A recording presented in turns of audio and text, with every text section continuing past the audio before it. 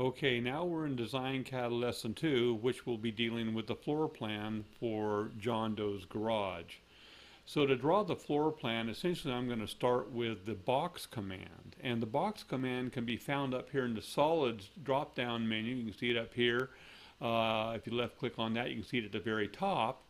And at the right-hand side of it, you can see that the right bracket is the single keystroke command that initiates the box command. And I like single keystrokes because they're easy.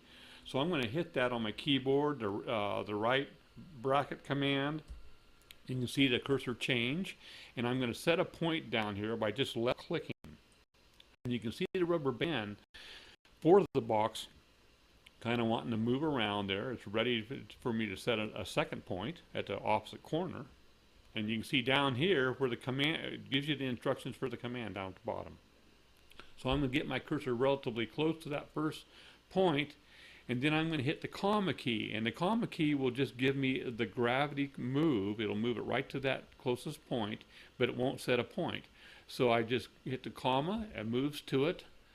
Now I'm going to hit the apostrophe key on my keyboard, which is the point relative command. And you can see the dialog pops up. And since my garage is 24 wide and 22 deep, I'm going to type in 24 on the X distance and hit tab. And now I'm going to type in 22 on the Y distance. And then you can either hit enter or you can click OK to draw the box. And you can see the box has been created down here. Now I'd like to get that box centered with respect to these lines out here, the elevation lines. So to do that, I'm going to use a little sleight of hand. I'm going to first hit the V for vector and draw a line from this corner of the border to the far right upper corner, and click my scroll button on the mouse to create the line. Now I'm going to do the same thing, only to opposite corners on my box. So I hit V and right click it, gravity snaps to the corner, and then I'm going to hit right click again and it's near this other corner and gravity snaps to it, and I hit the scroll button and it creates the line. So now I'm going to select this box with its line, and I'm going to hit control. I want to first set a handle so I can move the box by handle. And over here on my RV tools, there's a set selection handles command, and I'm left clicking on that to select it. And I'm coming to this diagonal line here, and I'm going to hit control K. And that gravity snaps to the center of that line and sets a point. Now I'm going to hit enter to actually make that the handle. And you can see that the handle now is right on the center of that line. So that's basically the center of this box. Now I want to move this box to the center of this line. So I'm going to hit M for move. And you can see I'm just dragging it around. I'm going to get it kind of close to this line somewhere. And I'm going to hit control K again. That'll snap it to the center of the large line. Control K, and there it is. So now I'm centered with all of these lines and with the border itself. Now I'm going to hit escape to unselect.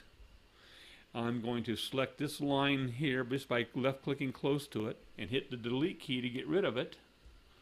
Now I'm going to select this line just close to it somewhere by left clicking, and I'm going to hit the delete key to get rid of that. And so here I have my box basically centered with respect to all of these elevation lines and with respect to the border itself. Now, our garage is going to have 5.5-inch exterior walls. So that means, they're 2x6 walls. So that means I want to draw a line parallel to this outside wall line, and I want to draw that line 5.5 inches inside of it. So I need to get a little bit closer so I can see better. So I'm going to hit the Z for zoom command, and I'm going to zoom up to this area a little closer, and there I am. So I'm going to go ahead and select this box, and I'm going to hit the F2 key, which is parallel by distance. So F2, and you can see the dialog up here, and I already have 0.4583 in, but I'm going to do it again just to show how it's done, because it's actually 5.5 inches. So I'm typing 5.5 inches.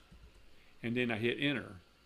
And so you can see it automatically turns to the decimal of feet, and you can see my cursor has changed. So, and in this case, even if there was a bunch of other stuff on the screen, I want to just do the parallel by distance command relative to the selected box. So I'm going to go ahead and click that. And you can see that now once I left click close to this selected line and move my cursor, if I move inside the box, it puts a parallel line inside of it, and if I move outside the box, it puts it outside.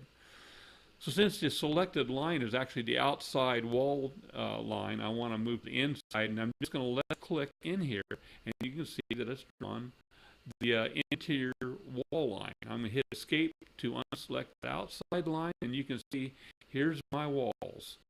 So now I'm going to hit Control W to zoom out. And now you can see my walls with respect to the border and the elevation lines. So that concludes lesson 2, which is basically a very simple floor plan.